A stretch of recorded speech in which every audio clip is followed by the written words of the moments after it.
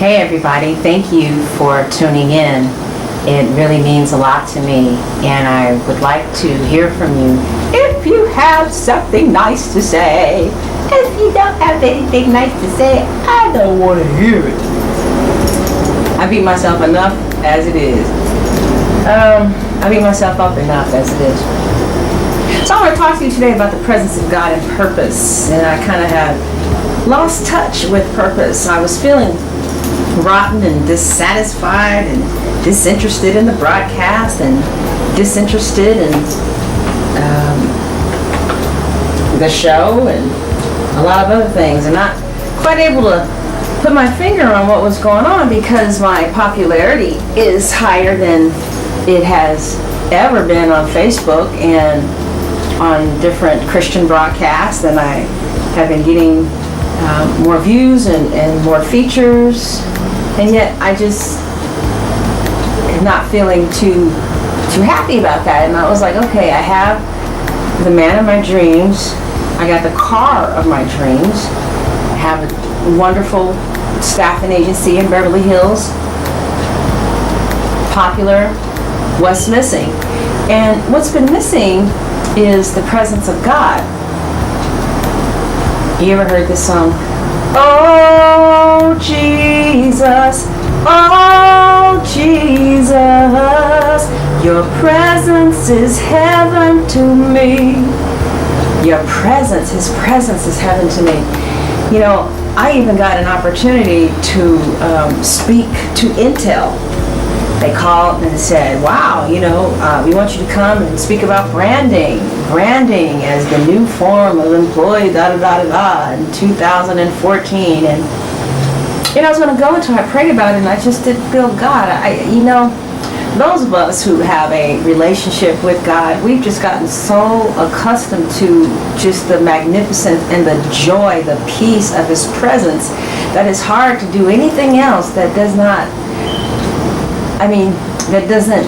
give you the level of life that the presence of God has. And Moses felt that way as well. Let's go to Exodus 33:15. No, let's start off with 14. Exodus 33:14.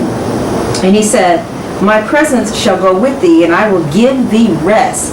Verse 15, this is Moses. Moses said back to God, and he said unto him, if thy presence go not with me, carry me not up there.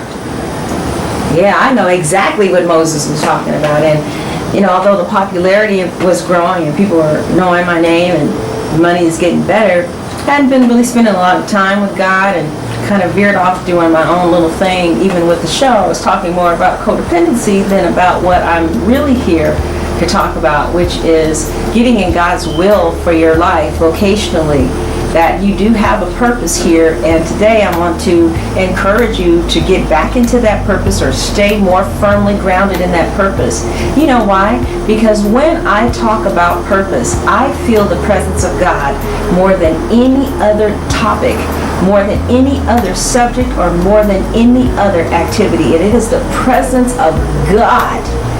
David said, I would rather be a gatekeeper in the house of God. Anything else? It's the presence of God that brings me joy. And the devil likes to replicate God. But and of all the tricks that he was able to replicate with Pharaoh's physicians or magicians, he could not smote the dirt and bring forth life. But the devil can replicate anything else. He could turn the stick into a serpent, but life comes from Christ. Life comes from God. Jesus is life. Some of you who are watching, maybe you are not saved. Maybe you don't know Christ. But I tell you one thing, it sure is an honor to be able to speak to you, talk to you about Christ, because he is the way. He is the life. I can't say that my life is perfect, but I can tell you that it is not on any level as dark as it used to be. I mean, there was just an utter sense of hopelessness in my life without Jesus. So what was missing was the presence of God. And you know what got me back on track is this morning I was listening to this minister, or actually this priest. And this priest talk about hallowed be thy name. Take a look. Hallowed be thy name. When we say those words, we are not making God's name holy or proclaiming it holy. God is holy in and of himself. The word holy comes from the Hebrew kadosh, which means set apart. Today, after I looked at the Father, Dan, talk about setting, how God is, his name is holy, and it means to set apart, I realized, wow, we've all been set apart for a job, for a purpose. But it wasn't until I looked at Father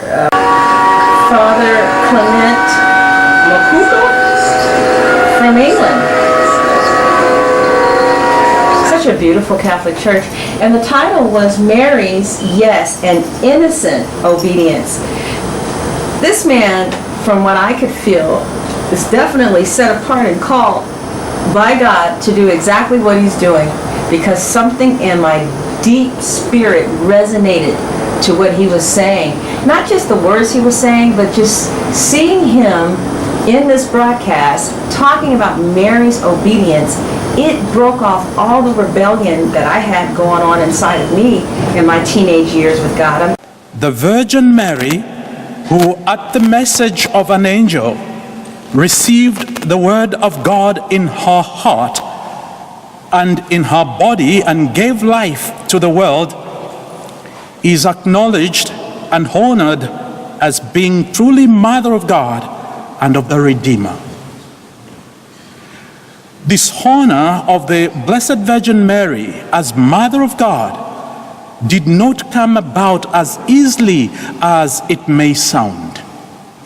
I suppose it came not without self-denial and a lot of self-sacrifice on the part of Mary, especially given that she was just a young girl when she was approached by an angel of God to take up the challenge of being godmother.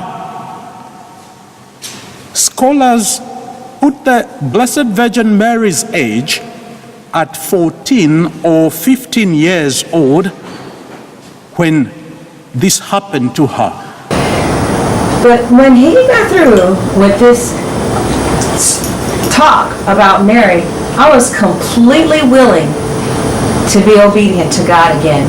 It's something about when one servant gets into obedience with God and does what God has commanded him to do, how it affects millions of people.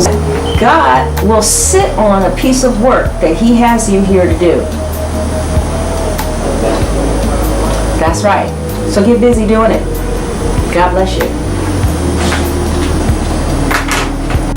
Okay, so now we're going to talk about one of the core symptoms, well, actually a secondary symptom of codependence, which is the inability to sustain intimate relationships. And the reason that we're going to talk about this is because a lot of us, if we're going to do what God has us here to do, we're going to have to learn how to get along with people at the workplace.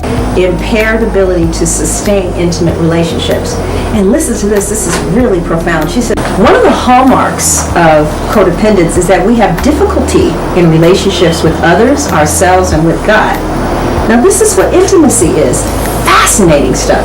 Intimacy means that I can share myself with you because I feel good about myself, and I can let you share yourself with me without trying to change who you are.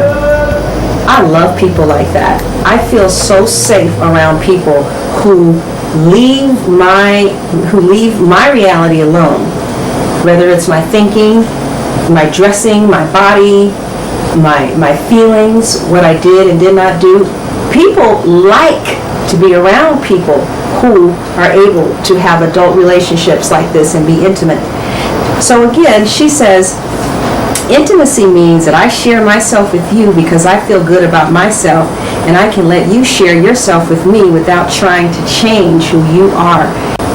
Now, intimacy with someone can be experienced in these ways. Number one, physical intimacy, sharing the body in a nurturing, non-sexual manner. Sexual intimacy, sharing the body in a sexual manner. Intellectual intimacy, sharing thinking or thoughts, perceptions. Emotional intimacy, sharing feelings. And behavioral intimacy, sharing what you have done or not done. How how do you know when you have issues in this area? So she has some examples. She says, all right, thinking. And this guy wrote, well, when my son thinks of a better idea about how to repair the car, I tell him his idea is stupid so he doesn't look smarter than I am. Okay, that is going to impair relationships. Nobody wants to be told that they're stupid behavior. This woman says, I judge and criticize what my adult daughter does, wanting her to do things my way, which I know is better. Well, guess what? Her adult daughter doesn't have too much to do with her. Nobody wants to feel like you think that you're better than us. People don't want to be around people who judges and criticizes their behavior, believing that they have a more superior way of functioning. And so the core symptom that's involved with that is inappropriate level of self-esteem, which is grandiosity and arrogance, and an impaired internal boundary. So how does this look in action? In other words, again, what is intimacy? Intimacy is I let you share either your thinking, your feelings, and behavior, and I offer no attempts to try and change it. Or you allow me to share my thinking, feelings, and behavior, and you don't try and change it. So the other day, my girlfriend from Massachusetts called, and she goes, oh my God, I have something juicy to tell you, but I'm still sleeping. No, she texts. She goes, oh my God, I have something juicy to tell you, but I'm still asleep. Let me contact you later. Oh, I couldn't believe she did that. I really wanted to know what it was that she wanted to tell me. But if we're going to share a relationship with each other, when she tells me what her behavior needs to be, I have to respect that. Now, if I was not able to sustain intimacy, I would have texted her back and said, no, you tell me right now. And I don't care, blah, blah, blah, you tell, but you know what I had to do? I want a relationship with her, and I need to allow herself to have whatever behavior she needs to have to take care of herself so that she feels safe around me. Well, 10 hours later, she called. I was waiting all day to find out about that juicy bit of gossip. That's terrible, but I was. But you know what? When she called, guess what I got to have? Some self-respect, and she likes me. She calls me. She wants to talk to me because I let her be who she is. In intimacy, it means that I share myself with you and I let you share yourself with me without trying to change who you are. The first time I had ever heard of anything like this was with Goldie Hawn and Kirk Douglas. And I mean, me and my friends, we were just in awe of her maturity. They'd been together for 20 years. So Goldie was in an interview with someone, and the lady said, oh, Goldie, how do you feel about what Kurt said? And how, oh, Goldie. She says, well, you know, I probably wouldn't have handled it like that, but those are Kurt's feelings. Wow. And the fact that they've been together for 20 years is obvious that she has the ability to sustain intimate relationships. As a matter of fact, I just saw something online that said that after 20 years, they still can't keep their hands off of each other. This is a picture of them. She's 67, he's 62, and this is a recent picture of them. So she basically told the reporter, Goldie Hawn, I wouldn't have handled it like that, but those are Kurt's feelings. Great boundaries, huh? But this has been a lifesaver for me in working in the professional world, to just let people be who they are. You know, there are things that are happening in certain arenas that I disagree with. Like, I just have my own political opinions about things that are happening, and people have their right to their politics, and people have a right to their own reality. So I believe that, yes, God has something for all of us here to do, but we are most definitely going to have to learn how to sustain intimate relationships. In other words, not trying to change people in order for us to function wholly and fully in God's purpose in our lives. God bless you.